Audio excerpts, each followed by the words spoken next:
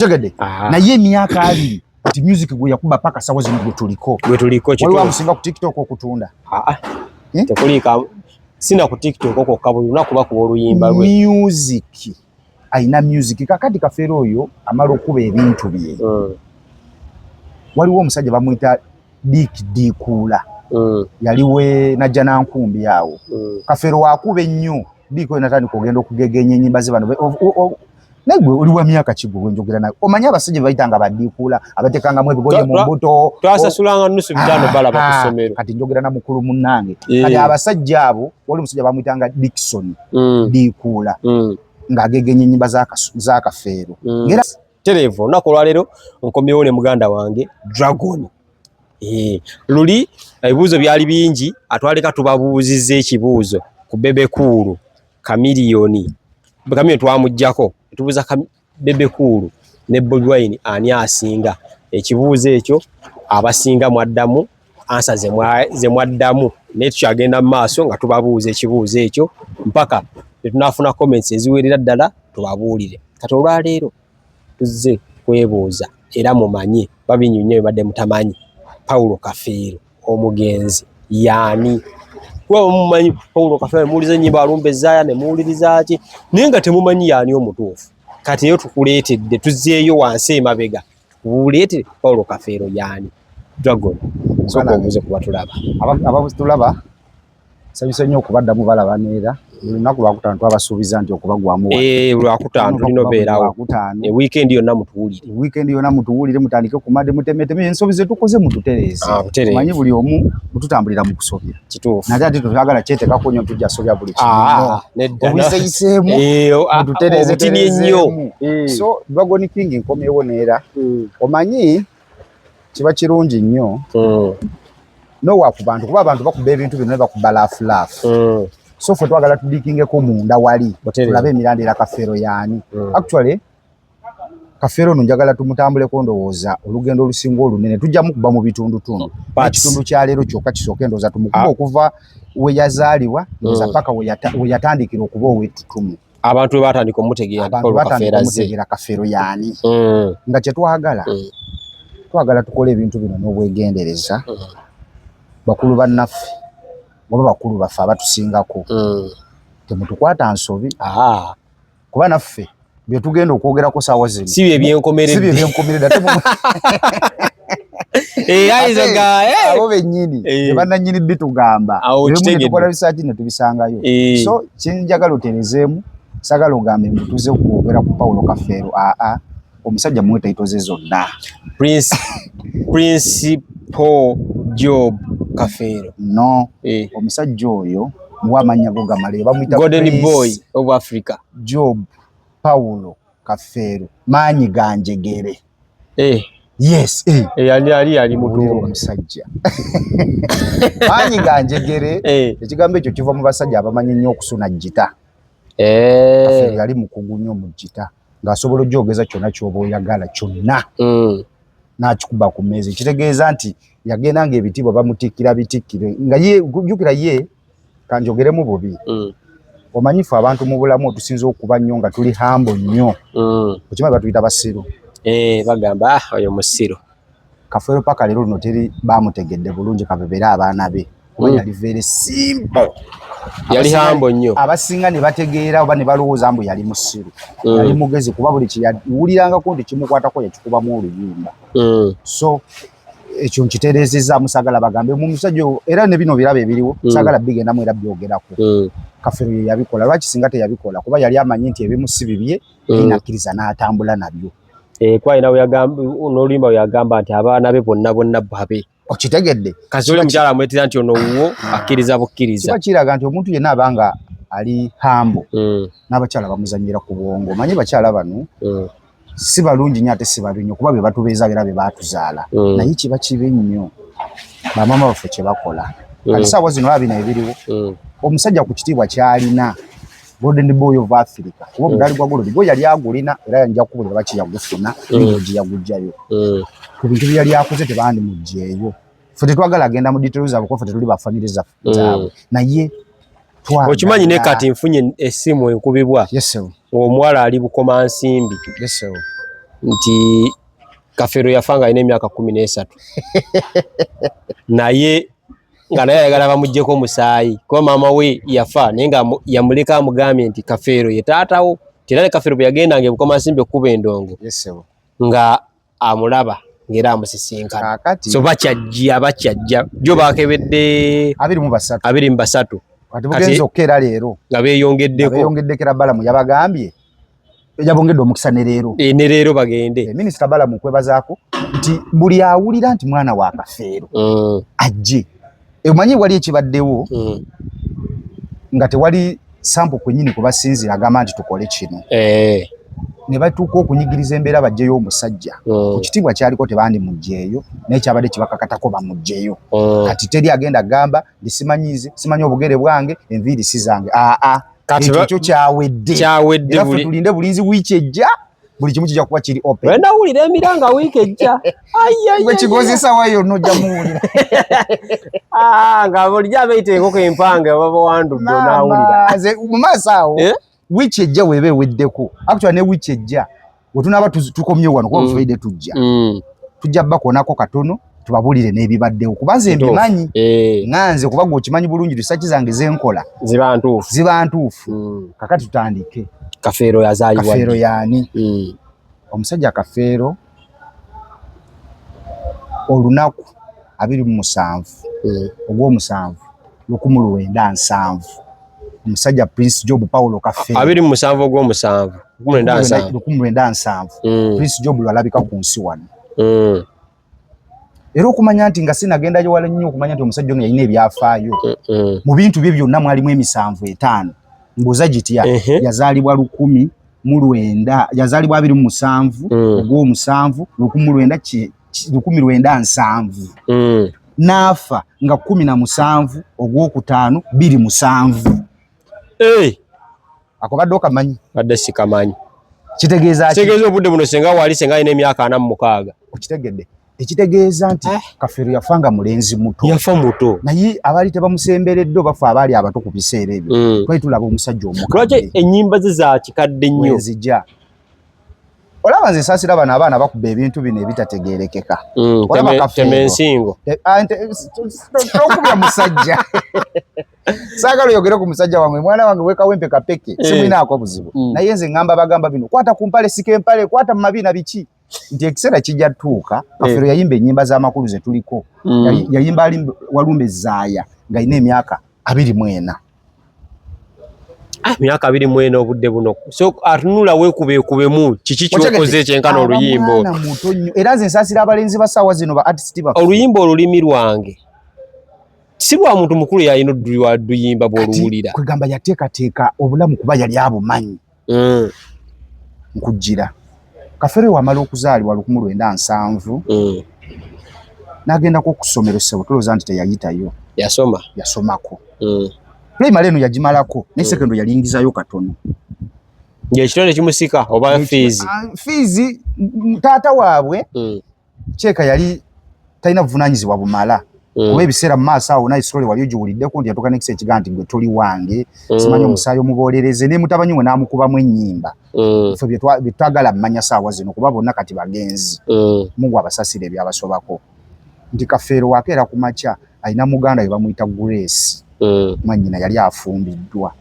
yakwata Kafeero oyo n'amutwala ku myaka emitono nnyo naye Kafeero yatandika okusoma mu mwaka gwa 1977 ng'asoma ekibiina kya P1 ekitegeeza nti yagenda kusomero nga alina emyaka 7 obudde buno myaka 7 omwana abeera mu P4 kati bano oba P3 abamasomero bano balaba bayonona system omwana myaka 3 aba atandise okusoma twasomera nga guno omukono guba tegukoonye wano togenda ku ssomero ye interview yali esooka oyina kwekwatako yes nga tatuukayo nga ffe tutoka naye nga gulina okkoona wano akagalo kano kalingizaako ne kakoona ku kutu agende ku ssomero ebbanga liri ategedde omuntu mukulu asobola okwogera amanyi nti baganya okumpa emmere biki kugamba abasomesa batalinganga okusomesa abaana mu biseera nga bakoze kituufu Kafeero n'asoma n'amalako P7 ndoza yagikola bulungi n'afubutuka awo secondary eno yagiringiza mu katono naye nga yagiyingiramu cheka mwanyina naye nga umanya abaana be omukulu mukodomi wa faizo okubanga gamba buna inange binsusseeko obimanyi bulungi engeri gy'okulabirira abaana we bitambula bibasibyangu wamaliriza guze kankuyita okumaliriza okusoma kuba emisomo gyo yali agivuddemu ngero omuntu yenna ina kyannoonya ekitone yakikuba nnyo n'atandika okubanga ayimba ennyimba za Kadongo Kamu abasinga Kadongo Kamu balowooza ye Kadongo Kamu yono Kadongo Kamu balowooza endongoze zino ze basuna gita yekka Kadongo Kamu mu lulimi olutuufu bamuyita culture music waffe obuzaaliranwa owekinnansi naye kati Kadongo Kamu ndowooza bayagala kuzunguwazaamu kintu ekyo naye nga yandibadde culture music bagamba Kadongo Kamu ekyaki kyandisambuka akakadongo ke batambulanga nabo nga abayimbi b'omwenge bagamba uyo wa Kadongo Akamu kugamba ebigambo bino buli omu yenna omanyi abantu bano balina ekintu kimu kamera zino zireetera abantu obuzibu buli atunula mu kamera ayogera kyayagala okwogera ne bimuggwako ng'ayiiya kyayagala nze sagala kumanya Kadongo Kamu gye yatandikira kuba music yali mu biseera byadda nnyo ffe tutandise otegera music waliyo ne betwogeranga nako bamabirizi baaliyo bagamba amabirizi baali bayimba nnyo n'okusinga baakafeero naye tebaalikodinga nnyo music waabwe ffe tumanyi bino bye baalikodinga ko gwe mulembe sawa zaffe omulembe gwaffe guno gwe tuliko nga kitegeeza ki nti Kadongo Kamu gye yava bagamba waliyo omusajja yalina musoga eyo ye teyatambulanga na ndongo wabula ekibafuula Kadongo Kamu nti nga abana endongo emu ne bagattagatako enanga z'eggaali enanga za ppiki nga ze bakubirira okyegedde ne bagatta saawundi ng'endongo eri emu kwegamba nga bakubawa ne bagamba nti bagenda kwetola makindi wano we tuli nkya ne bagamba atudde ekibuye luli tudde ekawempe kwegamba bagenda bakuba kakati mukyeka nga womanyi art abasajja abo baba bagezi nnyo ne bayiyamangu ne bagamba no ono kafuke Kadongo Kamu n'ebivuga byabwe kuba ebivuga byali tebiriiwo nnyo by then so Kafeero wamala otambula atandika okubaawo omwami oyo kimanyi nti yakola n'ekibiina ku kyalo ky'ewaabwe ekyabayimbi mukono wano nedda ssebo akola gurupu y'abayimbi ab'oku kyalo the Pluto Boys bagita batya the Pluto Boys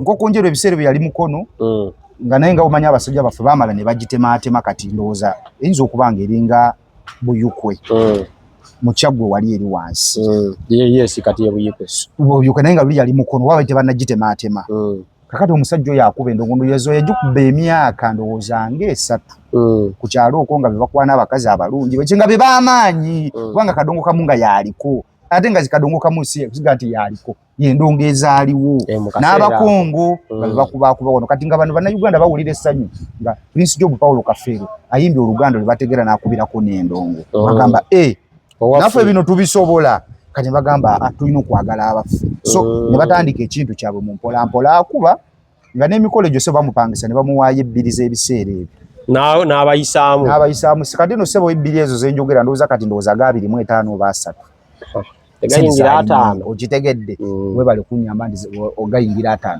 kakati wamala okuba ebintu ebyo mu mwaka gwa 1989 Kafeero ayingira ekibuga agamba wano nkubye bantegedde kati nfuse serebu w'ekyalo naye wenva wano kyekiddako manyi omuntu olina okubala kati omanyi n'okugenda mu kibuga naye ntandikiddewa ebiseera ebyo ndowooza waliwo Radio Uganda bwe mbaseerabidde era nga yeyisaamu ku nnyimba za Kadongo Kamu nga ye talina luyimba naye nga yawandiika ebintu by'abirina kakati watuuka wano ayingira ekibiina kye bayita Makula Gita Singers nga nannyini kyo baali bamuyita Festo Kasajja Makula Gita Singers kyali kibiina nga woolaba nti Eagles Production naye ng'ekiseera ekyo bano basajja bakolanga bwe bati nga ye nannyini kibiina ate yakuba ne tempu n'azitunda kitegeeza nga Kafeero wamala okulikodinga tekyetaaga kugenda kunoonya katale bennyini abo bolikodinga jjukira biri ebiseera tebalikodinga nga bino ebyaffe genda wali ku studio soko nkubira eyo zaamu kolawo oti puulo nga balikodinga live bakuba live music ekitegeeza nga wokolamu ensobi oba owedde olwo mugenda biwa byonna ate mudde mu recording ekirala so kyali kizibu nnyo era atalina talent kuobwa obudde teyayimba nga tebalina budde obwo simanyi puulo biri tebiri mu puulo nga bannaffe bano ng'egye bakola mu musajja n'oyinya stage sajja ne bakuyimbisa nga tosasudde sente zo puulo buli kamu puulo okitegedde lwaki gwe tugamba puulo nga tewaze tuyimbira tetusasudde Sasudde muyimbi nayimbako kitundu nawe kitundu. Okitegedde. So omusajja oyo ajja mu kibuga nga abasajja ab'amaanyi bamuyita Kasozi. Ne basudde amani basudde ko olweda baali bakubadda nga b'amaanyi okumanya nti Kafeero yali w'amaanyi kuba basudde asinga Kafeero emyaka 10 n'ejo. Yes, ne Kasozi asinga Kafeero emyaka 10 n'ejo ne ya fittinga mu basajja bano abakulu n'abatuulamu era n'abamiitinga ne ba kana kalenzi bulijjo kasobola. Kafeero mu biseera ebyo yabeera ne Kasajja Nduza yali kodinga teepu 3 buli mwaka nga afulumya teepu. Teepu gye yasooka okuba bagita Muvubuka Munnange 1989. Muvubuka Munnange y'olutambi lwa Kafeero lwasooka. Kyokka zimu ku nnyimba obudde buno esinga obulira abantu obeera owulira ddala. Lwaki nti baaluyimbanga ebintu ebigenda obbeerawo mu maaso. Ensi baali bamanyi gye wajja eraga. Okusingako ffe abaye kati ebiseera bino ffe tetumanyi wajja tulaga. Mukasookera n'ofuna olukumi lw'ekikomaano ng'ogamba kiba kiwedde. Gavumenti efunye kasa mukazi wange atunda mmere. Nja kuyita walindye kamere ka mukazi wange ngende waka neebaka obudde n'obugenda ssebo. Kitegeeza ki nti tulina okukola bwe tuvuddewo kati gwe ebintu ssaawa zino by'okola nze nkwebaza. Onakeera ku makya nga toliwo okuba toyagala tugenda. Ekituufu. Okyegedde? Mutabanyiwo CV gy'omulekedde kwagenda otambulira. Bagambe nti mutabanyi wa Kacumbali. Kacumbali yakola jangu okole wano. Ku nsi kuno buli omu kyalwanyirira. Era buli omu kyateekateeka okuba obulungi. Nti buli wookola ebintu nga by'amaanyi bisigalawo. Kafeero kubanga yalina byonna yayimbira just emyaka aga. Kuba yafa myaka tubala 37 nenga jajibulako okuwera. Ekitegeeza wabanga yafanga ine emyaka 3 nga yingire ndongo myaka 16 yimbire emyaka ameka 2 waliwo yakikozeko wane Uganda. Okyegedde naye emyaka 2 nti music gwe yakuba paka sawa zino gwe tuliko waliwo amusinga ku TikTok okutunda. Tekulika sina ku TikTok okokka buli lunaku bakuba oluyimba lwe. Music aina music kakati Kafeero oyo amala okuba ebintu bye. Waliwo omusajja bamuyita Dikuula. Yaliwe najja na nkumbi yawo. Kafeero wakuba ennyo Diko natandika okugenda okugegenya ennyimba ze bano. Nagwe oli wa myaka kigwe njogera nawe. Omanya abasajja bayitanga Badikuula abatekanga mu ebigoye mu mbuto. Twasasulanga nusu bitano bala bakusomero. Kati njogera na mukulu munnange. Kati abasajja abo wali omusajja bamuyitanga Dickson Dikuula. Ng'agegenya ennyimba za Kafeero. Ngera agenda n'azikola mu ssente. Kakati Kafeero ku bugezi bwe yali alina n'agamba zisobola kuddamu kuyimba n'ono omusajja ono mujega kamuyita omujega. N'amukuba teepu endala nga amaze okukuba eyo teepu yalaba nga amaze okugegenya okutandika okugegenya Muvubuka Munnange. N'amukuba teepu ey'okuli gye bayita Kiwenyenya amazina. Eyo muli Kafeero mpa kugita eyo yiye ennene. Okitegedde akayimba ku kategedde. Nkategedde yako. Kiwenyenya amazina. Oyagambira badiksi bonna emito giba gyasala ensalo ngo weewuwa alabye naawe. Ndowooza olaba nti gyendaga mmanyi era nekyenjogera ku nti. Oli mugezi. Okitegedde? Kayimba ako. Kati Diksi yali ategeeza oli Diiki. Okitegedde ng'amukuba mu nnyimba. Jjukira ali ku nnyimba ze zazannyamu obwa Dikuula naye olw'okuba nti ono mugezi nnyo ayagala awalampire ku ono onaga sijjamu amasannyalaze zigenda mukubira wano. Ekituufu. Okitegedde? So omusajja oyo ayimba ebintu ebyo.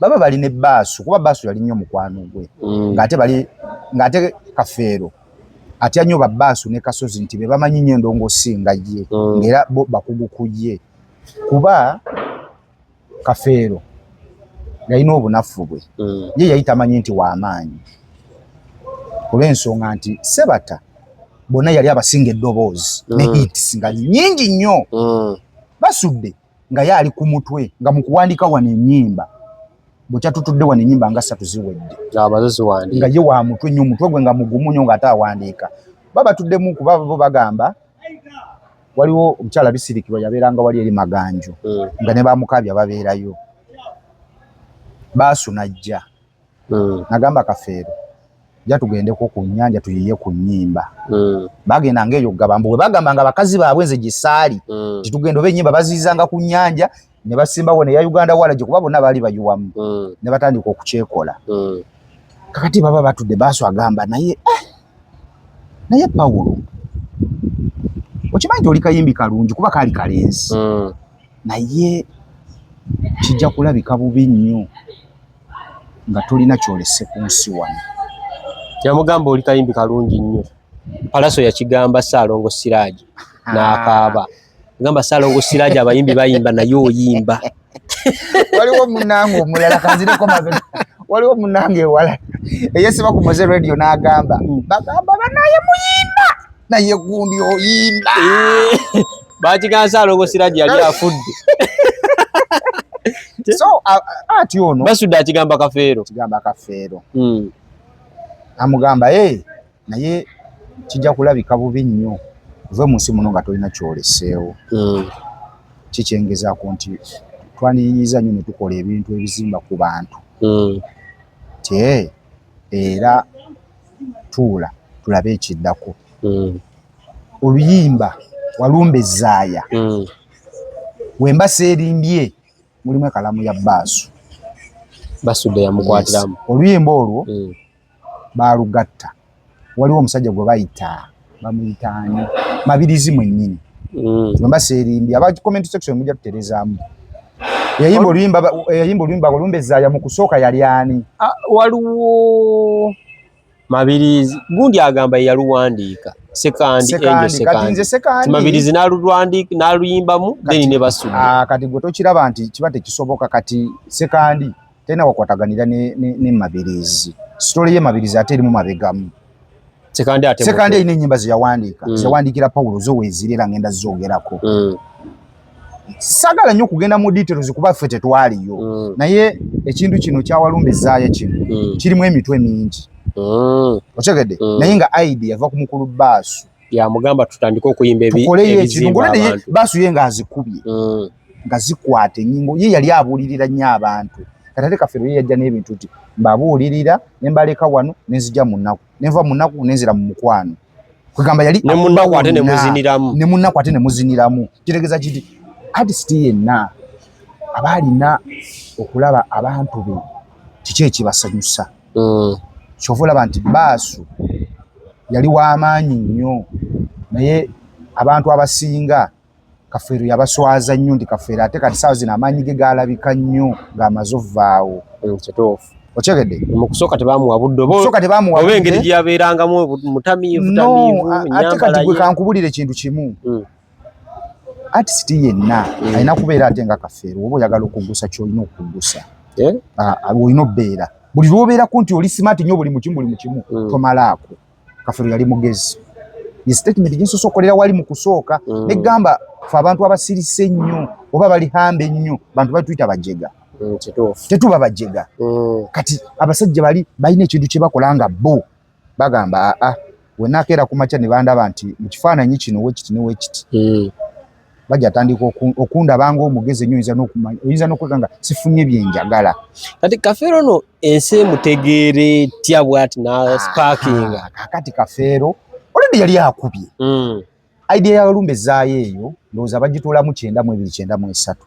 Nga Kafeero amaze olikodinga entambi 3 nga zikubye. Batula ne mukulu weguze muyita mukulu we Bbaasu. Oba ani yayiiya ffe tetumanyi.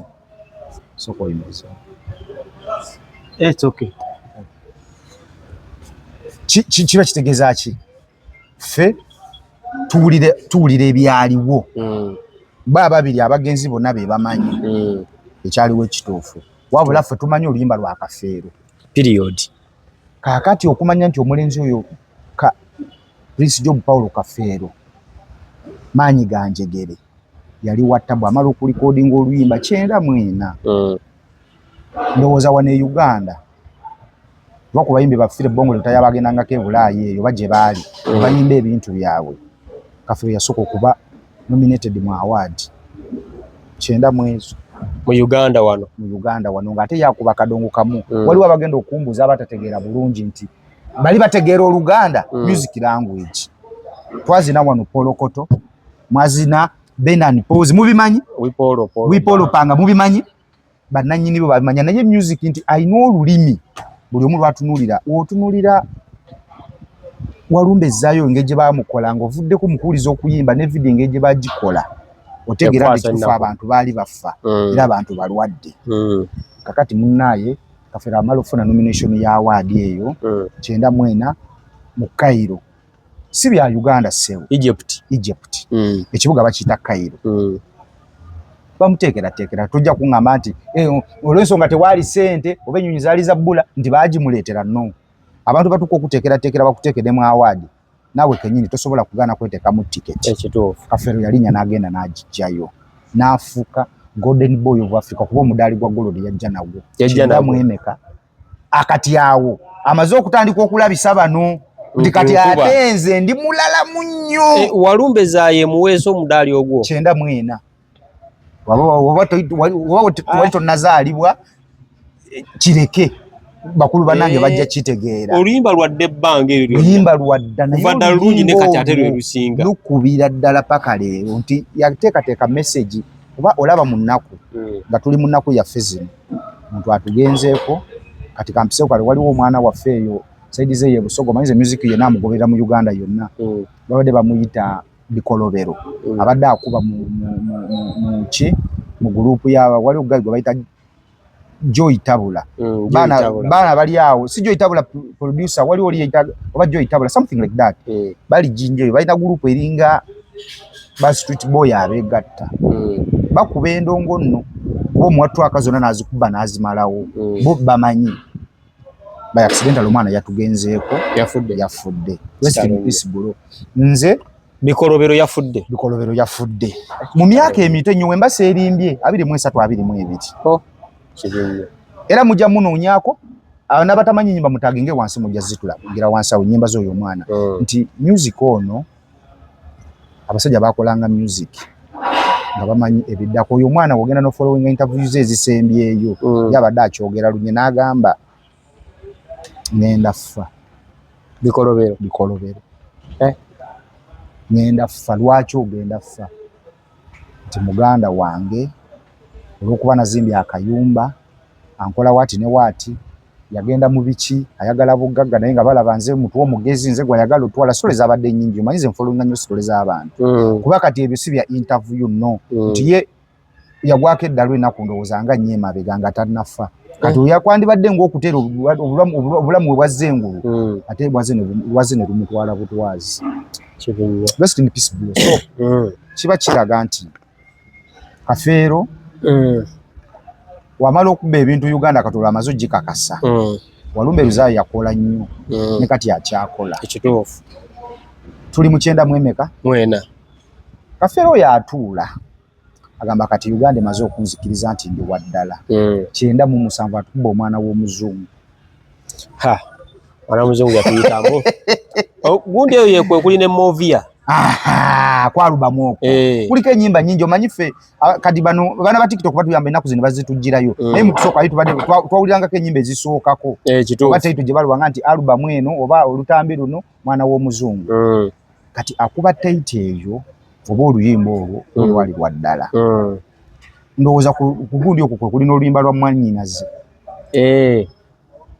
olutegedde oluyimba olwo mwannyinaze ogenda kufuuka yaahe kati akuba omwana w'omuzungu ndowooza ayitamu si Uganda yokka wonna atuuka yatambula omukulu bamutimba buli wamu esente azifuna omanyi abantu balina ekintu kimu kye batamanyi Kafeero yafa alina ebintu yafa akozewo ebintu naye omanyi omuntu w'ofa mu budde olumbe lujja ne lukwata speed kizibu nnyo okugamba abantu ba following ebintu byo kuba mu mutima gwoba okimanyi asijja genda kati kasooke nindemu mu maaso awo Mukama ayinza okumpaayo chance so Mukama akutwala naye ng'omusajja yakola ebintu bye Kafeero y'omuntu eyakeranga ku makya nagenda mu bondi n'agula emmotoka ne bagenda eyo mu safari zaabwe bagenze Gyo bagenze Masaka kumala emyezi egyo yagisasuddeko 70% neekomawo ne bamugamba ebyafudde bya miliyoni 4 nagamba driver we lwaki tetufuna emmotoka endala mmotoka eyo tugireke n'agizaayo tagizaayo n'ennyingi zafiira mu parking nga bazibanjaako tagizaayo nti ye tayagala biseera bintu bimutawaanya kuba kati emmotoka gye yakagula empya emyezi 3 oŋŋamba otya myezi 3 agikuwa yafudde yeetaaga miliyoni 3 twagivugiddewa era driver wakafeera abasinga tebamumanyi bali bamuyita Simon Dede ojja funa obudde omunoonyeeko Simon Dede kati oyo omusajja yajja genda okubulira ekituufu ate okumanya nti omusajja oli yali mulalanya gakola ebyewuunyisa nga basobola okukeera ku makya basuze Masaka ne badda leero wano e Kampala nga Simon emmotoka eyo tetambula bulungi yadde oli driver naye ebisinga nze kati nange nkiwulidde kitegeeza kisusse lwaki togitwala mu bamakanika ne batuyambako singa Simon Dede atwala emmotoka naga bangaye baagala bubiri oba busatu bagamba agivuga ogizze kale batukola eggulo baagala kuvaali kwa Perande badde oba badda Ntebe oba badda Maganju nino tulina okuva wano tetwandifunyeyo emmotoka ng'atumya ndala akasente yali akalina era agisasulako either 70 oba 60 nga ye tayagala bintu mutawaanya eri bagisudde ne bagireka awo ne bakwata ebikyengeza kugamba nti bakola ebintu byabwe mu ngeri erihambe ennyo naye ng'ate baali bagezi nnyo oba abamakanika abo nabo babbi ekituufu otwala emmotoka yafudde mupiira n'atandika okusomera ebintu ebintu kyafudde kino kati nze ate akugambye ekwebera emipiira yingi nogikwatako yakiyo gukola mipiira zinsimbula eŋŋende lwaki ate otandika ogitaganyula so ogenda okwegendereza nnyo abasajja bano nti bakola kyamaanyi nnyo n'okulemesa abasajja bannaffe olumu bwe tugamba nti bali tebabyagala ebintu byabwe. Kafeero oluyimba lwa Buladina bagamba was a true story. Oluyimba lwa Buladina olwo ati ogenda kunkubya musajja wange Swazi ate saagala mukuba nedda twogera bwogezi tetulunda gwe tulumba. Buladina oyo abaali bamwetoolodde Prince Job Paulo Kafeero maanyi ganjegere bagamba maama wa Swazi yali azaala Buladina bo we bagamba kyesinaako bukakafu naye bo we bakola ki bwe bagamba kijja kuba kyansonyi nnyo okeera ku makya nga Buladina Kafeero yafa amaze omuwaayo ate nga saawa zino atadde kati tene Swazi naye ogitegedde naye bamuweeyo ogitegedde kenjogera okategedde ako kabagezi nno bokka so kiba kirina engeri gyekisoundinga nga si bulungi naye bisinga tubirinde wiiki ejja ku nsonga eyo ebagaye mwezi gumu wiiki zokka myezi 6 bamaze emyaka 7-8 nga bagala muziikula nga tebamuziikulayo kati bamuziikudde so bye tubadde tulinze byonna oba bya myaka 2 bijja vaayo yalama okumuziika ne gita leo muziika ne gita bamuziika nayo era gita eyo bwe mbasa erimbye ze gita ezisinga okuba ez'ebbeeyi mu ggwanga wano gye bamuziika nayo mu budde obwo kuba omusajja yagigula bamuyita Edison oyo musajja yali wa Kafeero nnyo ono Edison waffe ono ye yagula gita ya Paulo Kafeero yagula gita gye bamuziika nayo bajja tugamba abo abaana ne Edison waba ali kajja kiraba $1.7 Edison yakwata akasente n'agula gita Edison yategekanga nnyo Kafeero oyo bamufunangamu ssente bambi kuba Edison oyo omulaba abayimbi ababadde munyo mu ngeri muganda Kibuuka gye yali mu mizannyo ng'ate emizannyo gitambula n'abayimbi yabalimu nnyo kwegamba n'afuna ebyokukola bingi Edison yaleeta wano abayimbi bangi nnyo ku maapu yaffe wano bo bagamba oba basonda sente ne bazimuwa naye nze nkimanyi nti yava mu mikono gyani ya Edison era Edison oyo Kafeero yali amutumyeko ejjita ebiseera bye yabeeramu e Bulaaya ng'akuba ekyeyo n'agimuleetera wano ng'akyali mulamu akyakuba ebidongo bye kati kirabika ne bafuna idda no omusajja yafudde naye tumuwe ekirabo eky'obulamu kuba gita bagijeyo nga nnamu kati naye yadde ekigikoonyeeko ti mu luyimba lwati yalaama munziika n'ejjita biki baakikola ekitali kibi kuba omuntu yenna aba n'ekintu ekimusanyusa ate bagamba nti no for example kati bwe bamuziika n'ejjita kitegeeza ekitone kye kyonna obeera oziise nakyo tubula mambo abaana b'embu kyovola temulimu muyimbi asitandinze nti nno ayimba nnyo mbwe ekitone kye bakiziika bana Uganda mulina ebiboozi si kituufu kati nno kankubulira ekintu kimu olaba okuyimba kitone. Ngenda kubuuza wano ekibuuzo naye nyamba onziremu. Ngenda kuwa abayimbi bana ng'ebintu bibiri. Talent and working. Eddie Kenzo. Hard working. Bafana. Talent. King Saha. Talent. Palaso. Palaso. Talent. Kati bakitegedde kyengezaako ku badde ngezaako okujjayo bakitegedde. Era ekyo sikiraako mukono. Shiba. Naye kankubuuze Shiba. Hard working. Ada Spice. Hard working.